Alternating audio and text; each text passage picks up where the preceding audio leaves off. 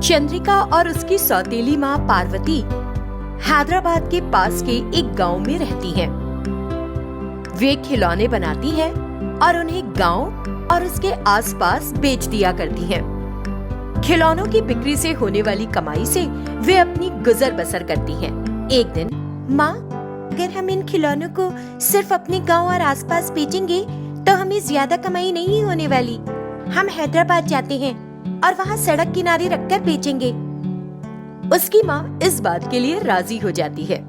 अगले दिन वे दोपहर के लिए खाना बांधकर एक रेलगाड़ी में हैदराबाद के लिए निकल गईं और गली गली जाकर खिलौने बेचने लगी। दोपहर तक दोनों को बहुत भूख लग गई और वो दोनों खाना खाने के लिए एक जगह ढूंढने लगी।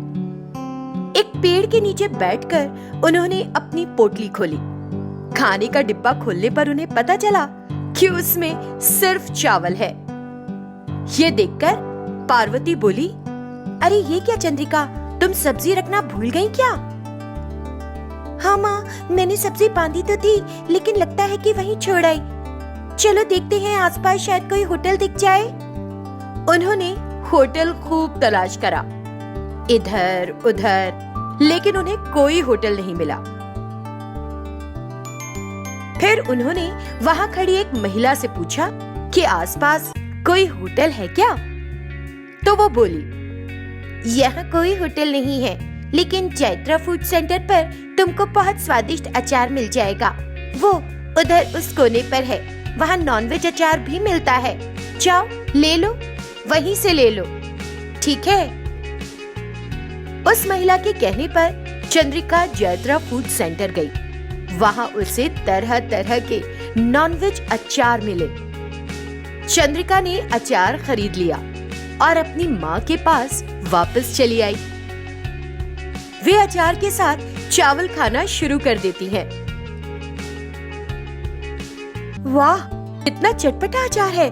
इससे पहले ऐसा मस्त अचार कभी चखने को भी नहीं मिला। मुंह का स्वाद ही बदल गया। तुम और क्यों नहीं ले आई? हाँ, घर पर भी खा लेते ना हम लोग। अब इसी में से बचाना होगा। सच में माँ, ये तो बहुत मजे का है। मैंने और ले लूं ऐसा सोचा था, लेकिन पूछताछ करने पर पता चला कि वे ऑनलाइन ऑर्डर करने पर घर तक पहुंचा देते हैं। तो जब भी हमको चाहिए होगा, मन करेगा तो ऑर्डर कर लेंगे। वे अपना दोपहर का खाना अचार के साथ बहुत संतुष्टि से खाकर खत्म करती हैं। वे शाम तक खिलौनों की बिक्री करती रहती हैं और फिर अपने घर लौट जाती हैं। बार बार वे अचार की बात करती हैं और रात के खाने में भी अचार रखती हैं। खाना खाकर दोनों सो गईं। इस तरह वो दिन बीत गया। अगली सुबह चंद्रिका बोली, मामा, आज भी हम हैदराबाद ही जाएंगे। कल बिक्री अच्छी हुई थी, है ना? ठीक है माँ। पार्वती चंद्रिका की बात पर हाँ कहती है और दोनों अपना लंच पैक करके हैदराबाद के लिए निकल जाती हैं। वहाँ पर, आइए मेम साहब, आइए साहब, हमारे पास आपके लिए कम कीमत पर तरह तरह के खिलौने, बहुत सुंदर खिलौने हैं। आइए बच्चों के लिए ले जाइए साहब। मेम साहब, बहुत से लोग उनसे खिलौने खरीदते हैं और वे अच्छा पैसा कमाती हैं। वे शाम को अपने घर पहुंचती हैं और कमाए हुए पैसों को गिनने लगती हैं। अरे वाह, कल और आज हमने खूब कमाई की है माँ। लगता है कि अच्छे दिनों की शुरुआत हो चुकी है ना माँ? तुमको नहीं लगता? माँ, मुझे तो बहुत अच्छा लग रहा है। हाँ बेटी, अगर हमारे खिलौने इसी तरह बिकते रहे तो भगवान की कृपा से हमें अपनी गरीबी से हमेशा के लिए छुटकारा मिल सकता है। फिर मैं तुम्हारी शादी भी करूंगी। उनके धंधे ने अच्छी गति पकड़ ली थी और इस तरह पूरा 1 साल बीत गया। उन्होंने अपने लिए एक घर भी बना लिया। वे दोनों अपने किए हुए निरंतर प्रयासों और अपनी सफलता को देखकर बहुत खुश थी। वे नए घर के उद्घाटन के लिए संबंधियों को आमंत्रित करती हैं और उस दिन सभी मेहमानों के लिए दावत का इंतजाम भी करती हैं। एक मेहमान, ए चंद्रिका, दावत में सिर्फ अचार खिलाएगी क्या? कुछ चिकन विकन नहीं? चंद्रिका को समझ नहीं आता कि क्या कहे। तभी पार्वती वहाँ आती है और बोलती है, अरे चंद्रिका, सोच क्या रही है? जैत्रा फूड सेंटर से ऑर्डर पर नॉनवेज अचार करी मंगाई थी ना, वो लाकर परोस ना सबको, जा। चंद्रिका चिकन का अचार परोसती है और मेहमान भोजन का आनंद लेते हैं। अरे कहाँ से लाई है अचार? रुकता ही नहीं बन रहा। जैत्रा फूड सेंटर से, जिन्होंने हैदराबाद में अपनी दुकान खोली है। वहाँ तरह तरह के नॉनवेज अचार मिलते हैं। देखा ना कितने स्वादिष्ट हैं। ऑनलाइन ऑर्डर करके भी मंगवा सकते हैं आप लोग। ऐसा क्या? ऐसा अचार तो मेरी सास भी नहीं बना पाती। हम भी करेंगे ऑनलाइन ऑर्डर और मंगवा लेंगे, फिर खूब खाएंगे। वे भोजन करके तृप्त आत्मा से प्रसन्न होकर चले जाते हैं। चंद्रिका और उसकी माँ पार्वती संतुष्ट महसूस करती हैं कि समारोह अच्छा रहा। दिन खुशी से बीत जाता है। अगले दिन से वे अपने खिलौने बेचने और कुछ और पैसे कमाने के लिए नियमित रूप से हैदराबाद जाने लगी। कुछ समय बाद उन्होंने अपना खुद का व्यवसाय शुरू कर दिया। शंकर और शारदा का शादीशुदा जोड़ा था और वे अच्छे खासे धनी थे। उनकी एक बेटी थी, नाम था चंद्रिका। चंद्रिका एक मिलनसार लड़की थी और सबके साथ घुल मिल जाती थी। शंकर और शारदा केवल अपने जैसे धनी लोगों के साथ ही मित्रता रखना पसंद करते थे और गरीबों से हमेशा दूरी बनाकर रखते थे। लेकिन चंद्रिका का स्वभाव उन जैसा न था। वो सबके साथ समान व्यवहार करती थी। उसके माता पिता को ये बात पसंद नहीं आती थी। इसी तरह समय बीतता जा रहा था। चंद्रिका के स्कूल में पढ़ने वाली एक लड़की रोजा गरीब परिवार से थी, तो वो कपड़े भी उसी हिसाब से पहनती थी। एक दिन जब चंद्रिका की माँ शारदा ने उसे देखा, चंद्रिका, ये लड़की कौन है? लगता तो नहीं कि हमारे जैसे परिवार से है। हाँ? चंद्रिका ने अपनी माँ को नाराजगी से देखा। माँ, अभी हमारे घर में मेहमान की तरह आई है ना? आप इससे ऐसे क्यों बात कर रही हो? ये मेरी सहेली है, रोजा। ये पढ़ने में बहुत अच्छी है और मेरी मदद करती है हमेशा। ये तुम्हारी चाहे कितनी ही सगी क्यों ना हो, लेकिन तुम्हारा उसे यहाँ घर में लाना मुझे पसंद नहीं आया। इसे अभी बाहर भेजो, यहाँ नहीं रहने दूंगी, समझ गई ना? रोजा को ये सब सुनकर बुरा लगा और आप दोनों मेरी वजह से क्यों लड़ रही हो? मैं चली जाती हूँ। चंद्रिका ने उसे रोकने की कोशिश की, लेकिन रोजा वहाँ से चली गई। रोजा की आंखों में आंसू देखकर चंद्रिका को अफसोस हुआ और उसने शारदा से पूछा, आपने ये बिल्कुल भी अच्छा नहीं किया माँ। आप अमीर और गरीब में इतना फर्क क्यों करती हो? हमने तो स्कूल में ये सीखा है कि सब लोग बराबर होते हैं। तुम ना बहुत ज्यादा सवाल करने लगी हो। अपना मुंह बंद करो और अंदर जाओ। शारदा चंद्रिका पर चिल्लाने लगी। वो दिन बीत गया। कुछ दिनों के बाद एक दिन चंद्रिका रोजा के घर पहुंच गई। रोजा और उसके माता पिता अचानक उसे आया देख हैरान रह गए।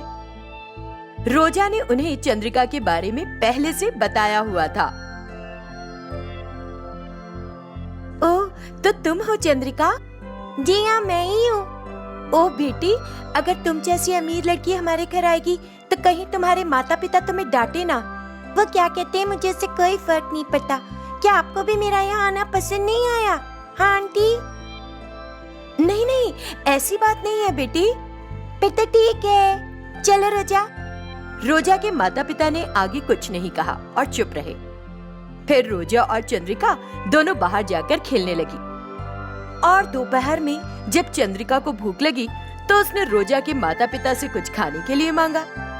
वो लोग पहले हिचकिचाए, लेकिन चंद्रिका के बार बार मांगने पर वो उन दोनों के लिए खाना लेकर आए। सादे चावल, दही और प्याज देखकर चंद्रिका ने आश्चर्य से पूछा, ये कैसा खाना है? ये छौंक लगाया हुआ चावल दही है बेटा। चंद्रिका को सच में वो सब खाना पसंद आया और वो बड़े चाव से खाने लगी। तभी चंद्रिका के माता पिता वहाँ आ गए और अरे पागल हो गई हो क्या जो इनके घर आकर खा रही हो? चलो घर चलो अपने, चलो जल्दी। वे लोग चिल्लाने लगे। अरे उसे मत डांटी, वो तो मासूम बच्ची है, उसे इन बातों का क्या पता। हाँ, उसे नहीं पता, लेकिन आपको क्या हुआ है? आपको तो पता है ना कि उसे ऐसा खाना नहीं देना चाहिए। रोजा के माता पिता कुछ जवाब नहीं दे सके। चंद्रिका के माता पिता उसको लेकर बड़े गुस्से में वहाँ से चले गए। वो दिन बीत गया। अगले दिन उन्होंने चंद्रिका का दाखिला दूसरे स्कूल में करवा दिया। अब चंद्रिका के लिए अपनी सहेली से मिलना बड़ा मुश्किल हो गया था। कुछ दिन बीत गए और दीपावली का त्योहार आ गया।